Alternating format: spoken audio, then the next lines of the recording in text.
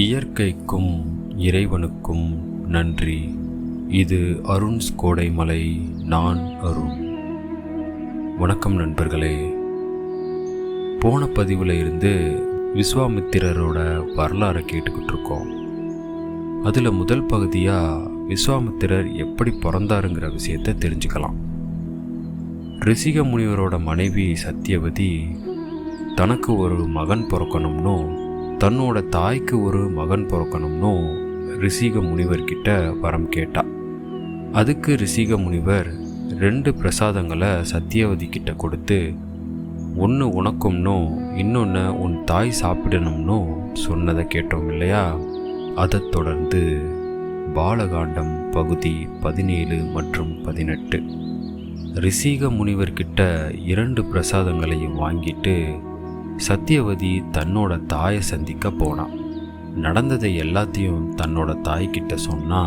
சில நொடிகள் யோசித்த சத்தியவதியோட தாய், நான் ஒன்று சொன்னால் நீ வருத்தப்படக்கூடாதுன்னு சொல்லிட்டு, சத்தியவதி, பொதுவாக எல்லா தந்தைகளும் தன்னோட மகன் சிறந்தவனாக இருக்கணும்னு தான் நினைப்பாங்க. அதனால் நீ சாப்பிடணும்னு உன்னோட கணவர் உனக்கு கொடுத்த பிரசாதத்தில் தான் சக்தி அதிகமாக இருக்கும். அதை நீ எனக்கு கொடுத்துரு. எனக்கான பிரசாதத்தை நீ சாப்பிடு. அதுக்கு ஏற்ற மாதிரி நம்ம மரத்தையும் மாற்றி சுற்றி வரலாம். நான் ஏன் இப்படி சொல்கிறேன்னா, அதுக்கு ஒரு காரணம் இருக்குது. எனக்கு பிறக்க போகிற உன்னோட சகோதரனுக்காகவும் இந்த நாட்டோட எதிர்கால அரசனுக்காகவும் இதை செய்வியான்னு கேட்டா. சத்தியவதியும் கொஞ்ச நேரம் யோசிச்சுட்டு சரின்னு சொல்லிட்டா.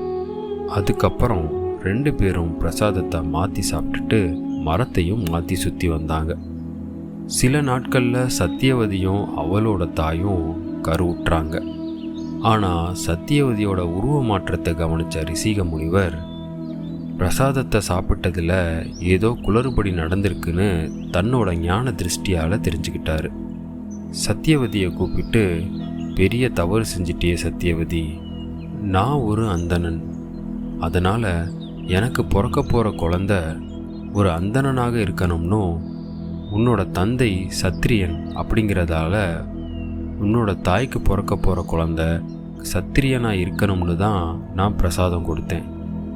இப்போது நீங்கள் 2 பேரும் பிரசாதத்தை மாற்றி சாப்பிட்டதால உன்னோட தாய்க்கு பிறக்கிற குழந்த அந்தணனுக்கு உரிய குணத்தோட எப்பவும் தவம் செய்யவே விரும்புவான். உனக்கு பிறக்க போகிற குழந்தையோ போர் குணத்தோடையும் எதிரிகளை கொன்று குவிக்கக்கூடிய வலிமையோடையும் பிறக்க போகிறான் அப்படின்னு சொன்னார். இதை கேட்டு அதிர்ந்து போன சத்தியவதி தான் செஞ்ச தவறுக்கு மன்னிப்பு கேட்டு, இதை எப்படியாவது மாற்றுங்க சுவாமின்னு கதறி அழுதா. மனசு மாறின ரிஷிக முனிவர், ஒரே ஒரு வழி இருக்கு. உனக்கு பிறக்க போகிற குழந்த அந்தணனா பிறப்பான். ஆனால் உன் தாய்க்கு பிறக்க போகிற குழந்த சத்திரியனா பிறந்தாலும் கொஞ்ச காலத்துக்கு அப்புறம் அவன் அந்தணனை போல மாறிடுவான்னு சொல்லி அதுக்கான வரத்தையும் கொடுத்தாரு. அதுபடி சத்தியவதிக்கு பிறந்த குழந்தையே ஜமத்கனி முனிவர். அவளோட தாய்க்கு பிறந்த குழந்தை தான் அரசனாக இருந்து பின்னாடி முனிவராக மாறின விஸ்வாமித்திரர். அவருக்கு கௌசிகன்னு பேர் வச்சாங்க.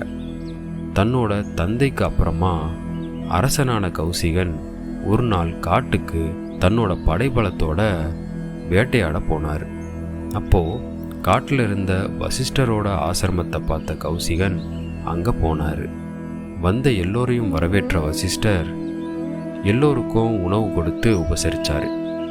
காட்டில் தனிமையில் இருக்கிற ஒரு முனிவரால் எப்படி உடனடியாக இவ்வளோ பெரிய படைக்கு உணவு கொடுக்க முடிஞ்சதுன்னு ஆச்சரியப்பட்டு அது எப்படின்னு தெரிஞ்சுக்க நினச்சான் கௌசிகன்.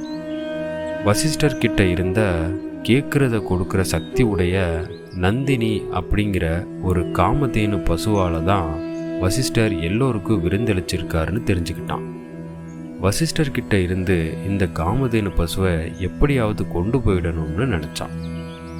வசிஷ்டர்கிட்ட போன கௌசிகன், நீங்கள் முற்றும் துறந்த முனிவர், உங்களுக்கு இந்த காமதேனு பசு தேவையில்லை. நாட்டை ஆள்ற என்கிட்ட இருக்கிறது தான் சரி. என்கிட்ட இந்த பசு இருந்துச்சுன்னா எனக்கு தேவையானதை அதுக்கிட்ட இருந்து வாங்கி நாட்டுக்கு மேலேயும் நன்மையாக இருக்கும். அதனால் இந்த பசுவை என்கிட்ட கொடுத்துருங்கன்னு கேட்டான். வசிஷ்டர் கொடுக்க மறுத்துட்டார். தங்களோட இந்த பசுக்கு இணையாக 1000 பசுக்களை கொடுக்குறேன், காமதேனு பசுவை கொடுக்கும்படி கேட்டான் கௌசிகன். ஆனாலும் வசிஷ்டர் மறுத்துட்டார். இதனால் கோபமடைஞ்ச கௌசிகன் காமதேனு பசுவை பலவந்தமாக எடுத்துகிட்டு போக முயற்சி செஞ்சான். வசிஷ்டரோட தவபலத்துக்கு முன்னால் கௌசிகனோட வலிமையால் ஒன்றுமே செய்ய முடியலை.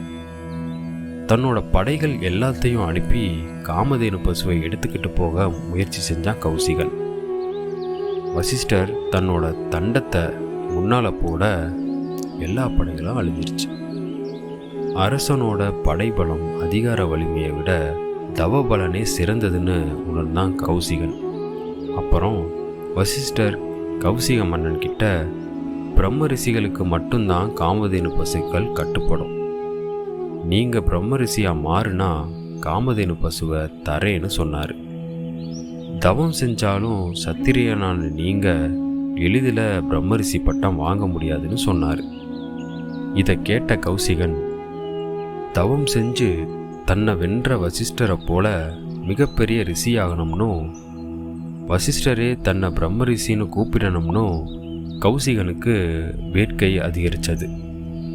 கௌசிகனுக்கு சத்திரிய குலத்தில் பிறந்ததால் தவ வலிமையை அடைஞ்சு அதை வச்சே மற்ற எல்லாத்தையுமே பெற முடியுங்கிற எண்ணமே மேலோங்கி இருந்தது. அதனால் கௌசிகன் அந்த பிரம்மரிஷி பட்டத்தை வாங்கி காட்டுவேன்னு சவால் விட்டுட்டு ஒரு கள்ளிச்செடியோட முனையில் நின்று கடும் தவம் செஞ்சான். இதை பார்த்த பார்வதி தேவி கௌசிகன் முன்னாடி தோன்றி ஒரு விளக்கில் பஞ்சமுகமாக, அதாவது விளக்கில் 5 திரி போட்டு தீபம் ஏற்றுனா உன்னோட தவம் சித்தியாகி பிரம்மரிஷி பட்டம் பெறலாம்னு சொல்லிட்டு மறைஞ்சா. அதுக்காக பஞ்சமுக திரி போட்டு விளக்கேற்ற முயற்சி செஞ்சான் கௌசிகன். எவ்வளவு முயற்சி செஞ்சோம் அந்த திரிகள் எரியவே இல்லை. அதனால் கௌசிகன் என்ன பண்ணா, உடனே அந்த விளக்கில் தன்னோட தலை, 2 கை மற்றும் கால்கள் இந்த 5ஐயும் வச்சு அந்த விளக்க ஒரு மந்திரம் ஓதி எரிய வச்சான் கௌசிகன். தன்னோட உடம்பையே திரியாக்கி தீபம் ஏற்றி தவம் செய்கிறத பார்த்த சிவசக்தியர், அதாவது சிவனும் பார்வதியும் கௌசிகனுக்கு தரிசனம் கொடுத்தாங்க. தன்னோட உடம்பை திரியாக்கி தீபம் ஏற்றி தவம் செஞ்சப்போ கௌசிக மன்னன் தனக்கு தெரிஞ்ச 4 வேதத்தோட சாரமாக ஒரு மந்திரத்தை இயற்றி அதை சிவசக்திக்கு உச்சாடனம் செஞ்சார். மந்திரத்துக்காக தன்னோட உடம்பையே இங்கே உடம்ப காயம் அப்படின்னு அர்த்தம் பண்ணுறாங்க.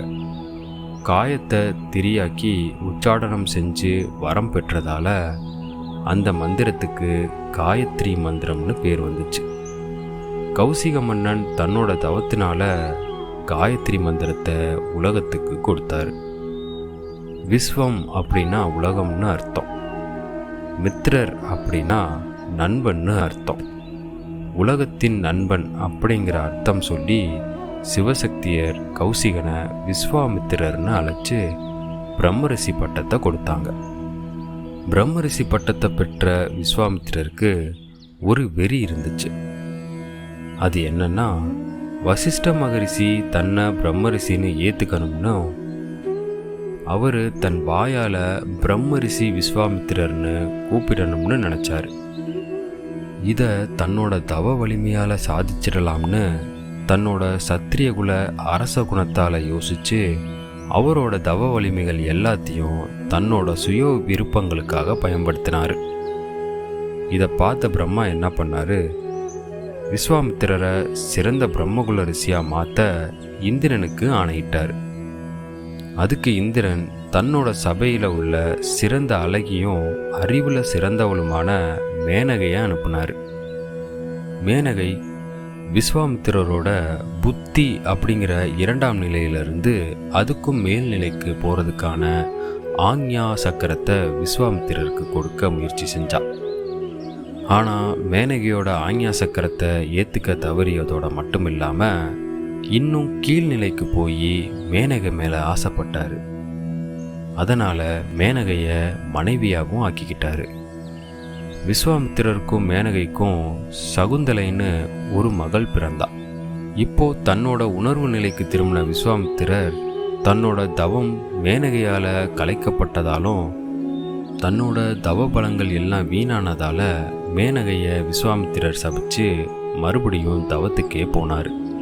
தன்னோட மனைவி மக்களை விட்டுட்டு தனிமையான ஒரு இடத்துக்கு போய் 1000 ஆண்டு காலம் கடும் தவம் செஞ்சார் விஸ்வாமித்திரர். அப்போது நாட்டில் மழை பெய்யாமல் கடுமையான பஞ்சம் வந்தது.